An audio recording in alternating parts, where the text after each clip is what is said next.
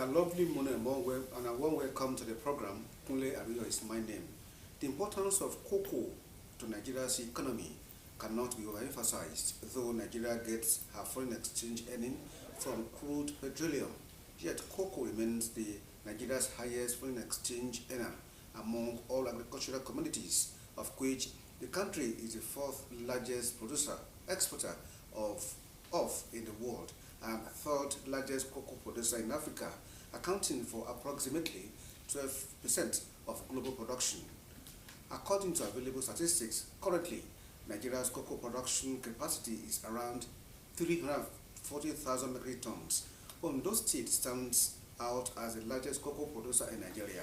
It accounts for about 50% of Nigeria's annual cocoa production. However, Nigeria is said to be at risk of losing about $20 billion in cocoa exports within the next 3 years. The loss is likely to occur if the nation does not align with the sustainability adoption roadmap.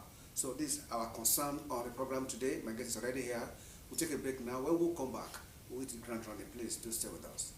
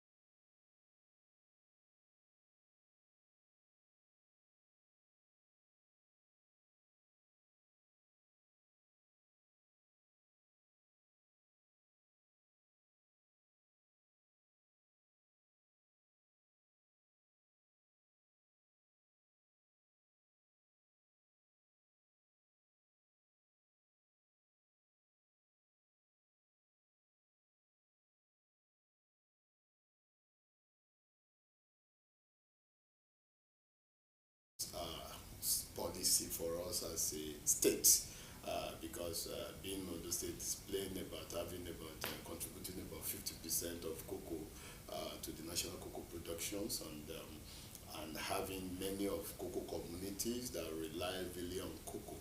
It shows that this policy, they call it EUDR, that the European Union regulations which deal with any cocoa that is produced from deforested areas will not be acceptable at the international market. That is precisely the EU market, which is the Schengen countries. So this is deliberately, it is just a deliberate policy to stop deforestations and stop practices that are inimical to a transparent cocoa sector, especially looking at the issue of child labor, which has been a very paramount issues in our supply chains, that people should not deprive their children of opportunity to go to school and using them as slaves, and at the same time exposing them to assiduous work and assigning them to spray assiduous chemicals that could impact on their development, or taking them long hours where those children will not be able to be assured to live their lives fully. So those are some of those critical issues that the EU they frown at, and to look at it that whatever you are doing in terms of applications of acceptable chemicals, in terms of whatever you are doing on your soil, whatever you are doing to maintain your ecosystems, because the truth of it is that the world has become warmer as a result of climate change. We can look at the erratic supply of rainfall which has not been like what we can usually say this is the pattern. We have seen high rise of sea, and we have seen a lot of floodings that have impacted negatively, and we have seen the warmer environment, and this is attributed to deforestation, because our trees are supposed to sequestrate. They are the ones that are supposed to sequestrate for us, and they are also supposed to consume the carbon dioxide while they release oxygens. So with what we are witnessing today due to arbitrary entry of forested areas, arbitrary practices where there are lumbering, where people just cut trees for economic gains, this has impactedly affected our way of life, and this, if care is not taken, we are likely, the world is likely to face a severe issues. For example, in Asia of recent, they have been experiencing more turbulence as a result of the air flights, which shows that when you are not secure, even not to talk of land or sea, you are not secure on air due to high rise of turbulence. So this is as a result of climate change. So the EU came up and they said, yes, anything from December, if you can't put your house in order, if you can't control those arbitrary entry of protected areas or illegal felling of trees, you don't protect your ecosystems, you don't adhere to human rights, to protections of human rights, especially our children in those cocoa communities, that such cocoa will not be placed at the EU market. So they came up with due diligence, they call it due diligence protocols, whereby you have to, they will first and foremost classify each country, whether you are at first, you are at high risk, you are at a standard or low risk. Those who are at a high risk, they must verify. So they also have a mechanism of also monitoring. Yes. So I asked you two questions straight now. I know about the child labor. We as an organization, we have also gone to that to do a story about child labor in cocoa farming. But surprisingly, we were unable to get one. But could you speak to that? Could you say that you're also experiencing that, especially in those states? Yeah. And again, this about deforestation. As a national president of cocoa farmers, what exactly do you think could be done? Thank you very much. And I think, like if you read, actually I have opportunity to read the letter we wrote to the EU, it was to the public layer. And in terms of child labor, like you realize that on those states happens to be a leading cocoa producing the state, and it shows that we have high rise of child labor, because statistically it is established that cocoa and mining sector, they contribute high percentage to child labor, and so Ondo State is not immune to it. That is the truth. People import children. They import children in the name of cheap labors, and we know successfully that our farmers have been, how do I say, they have been hampered by low incomes successively. So for you to be able to avoid a competent labor, you have to pay more. So due to the fact that farmers have been in penury for longer years, this has actually affected to have a shortcut. Even when farmers' children are being used, even you ask me, there are communities that have even know what schools. So, but we know that when the time comes for harvesting, the preponderance of most farmers might likely resort to their own children. I mean, don't go to school at this hour because we want to go and harvest cocoa. So that type, but it is very it is something unacceptable practices. You shouldn't have stopped them. You shouldn't have stopped their life. This is likely to affect the overall development of such communities in the future. So that's why they say This shouldn't have been done. And as associations, there are a lot of things we are doing. For example, we have a partnership with ILO, we have a partnership with Federal Ministry of Labour and Productivity, with SUCO in Ondo State, the Ondo State government represented by SUCO and some other agencies that are with the state government here. Then we also have an understanding that we are doing, even presently there is an empowerment program for children in schools going on at these Ifedore areas here, as Ipogu, and one is happening to Ibuchi. Presently, this morning I'm supposed to be there, but I told them I'm in the program. The one that is going to happen in Ipogu is going to be at 12, which I said probably if I am true here. But what I'm saying is that we have that with Lutheran World Relief. It's an international organization sponsored by USDA government for child labor.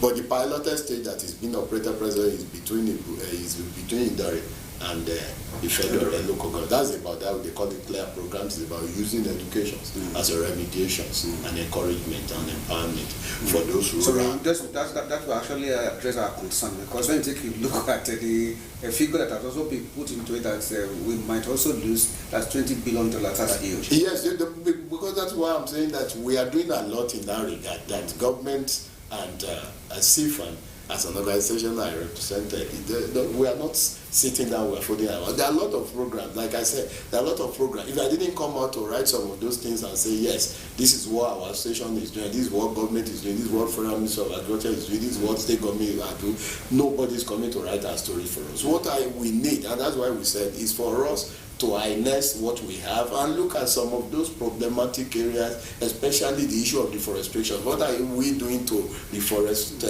those deforested areas? Then are we controlling that we don't have more havoc?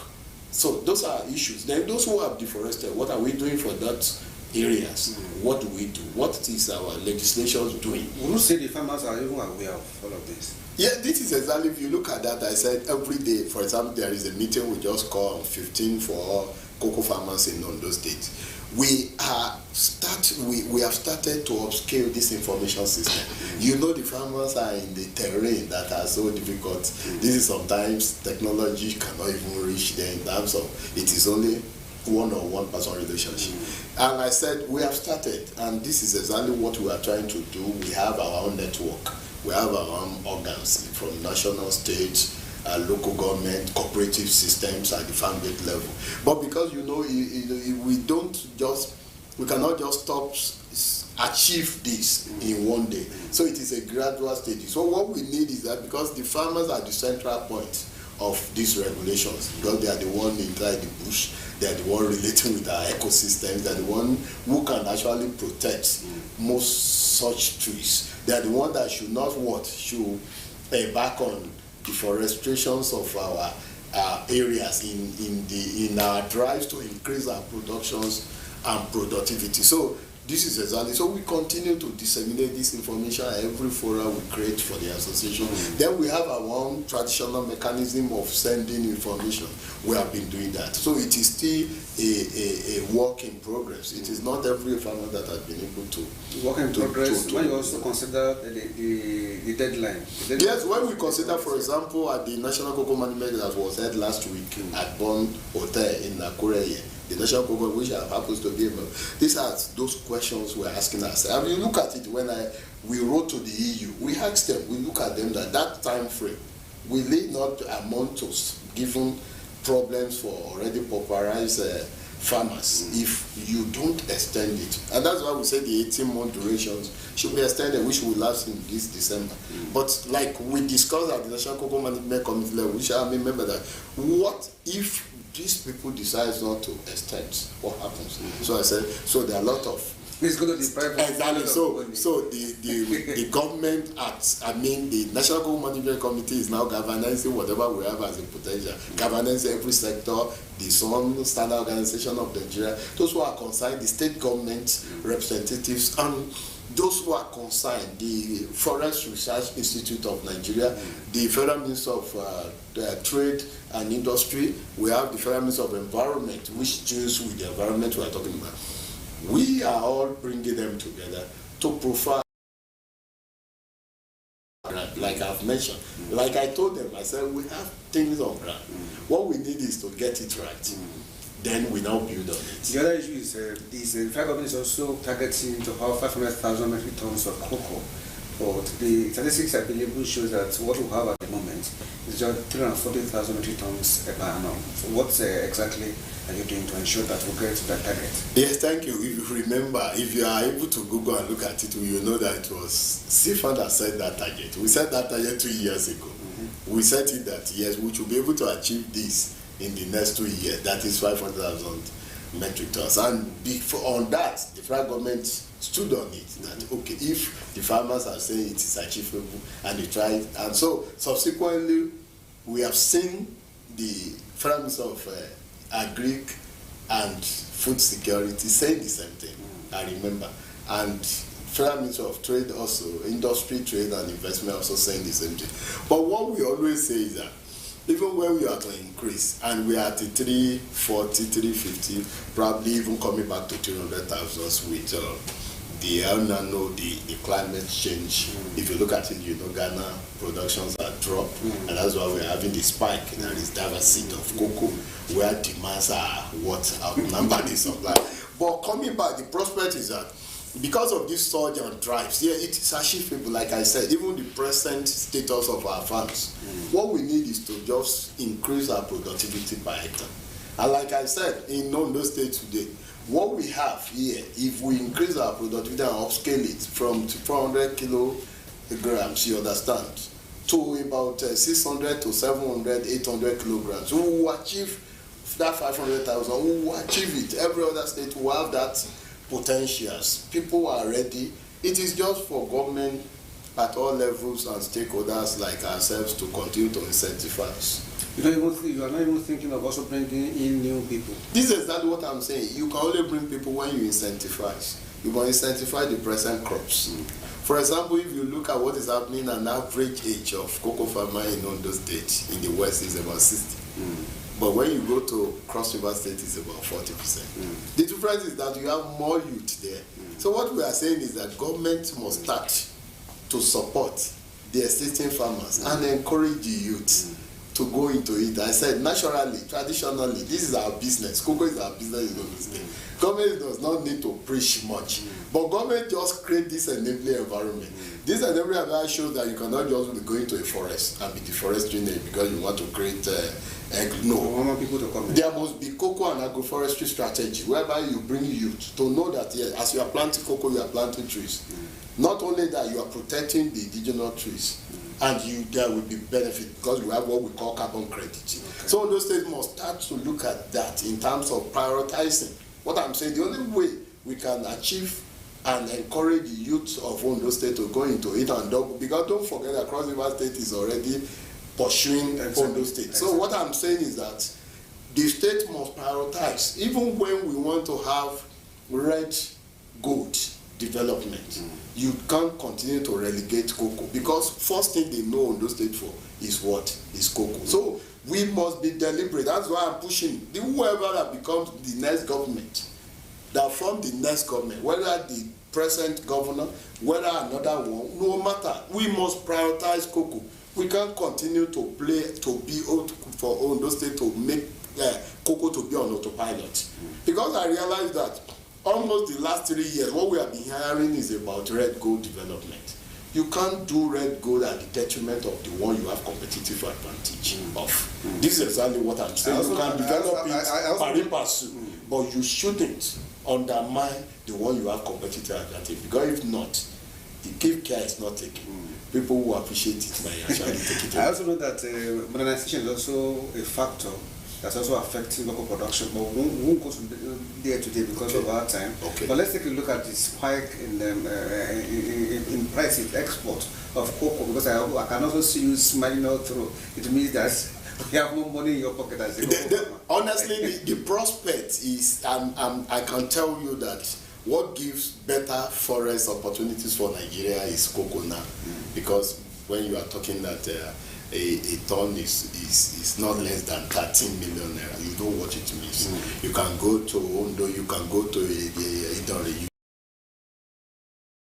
doubt about that. But I said, for us to consider ourselves as millionaire in the cocoa value chain is for this price to stay consecutively for 10 years. Then you have a regulated. Why do we have spike now? Is it not because of the dollar issue? You know, it's not the dollar. The dollar is just a supplement. The most important thing was that there was a shortage in productions at the Ivory Coast and Ghana level.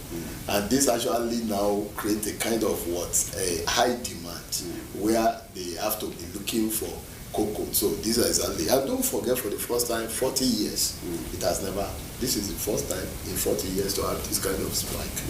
And so we pray that it's so what's the price of a kilo as of today? You will be, at least you can't have it less than 13,000.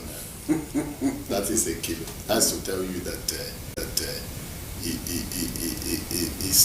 it's a new dawn which the state must seize the opportunity. And I urge the state, there is a potential for the state to start to industrialize. And I said, the Ondo State government creations of Idore chocolate is to revolutionize. How do we create value addition? How do we teach our locals how to make chocolate? So it is not just to be there on a private driven level. It is to make sure that we create a kind of consumption, a kind of business entrepreneurship for you to see values that aside productions of cocoa, there are other things they can make use of. Because of our time, I'll just ask you this one. What is the association doing in terms of this value chain that we talked about? The chocolate, the processing companies are no longer there. We don't have as many as we should have. Well, we definitely, because as a private organizations, we definitely be talking to government and our colleagues to look at how we can actually put funding together to drive it.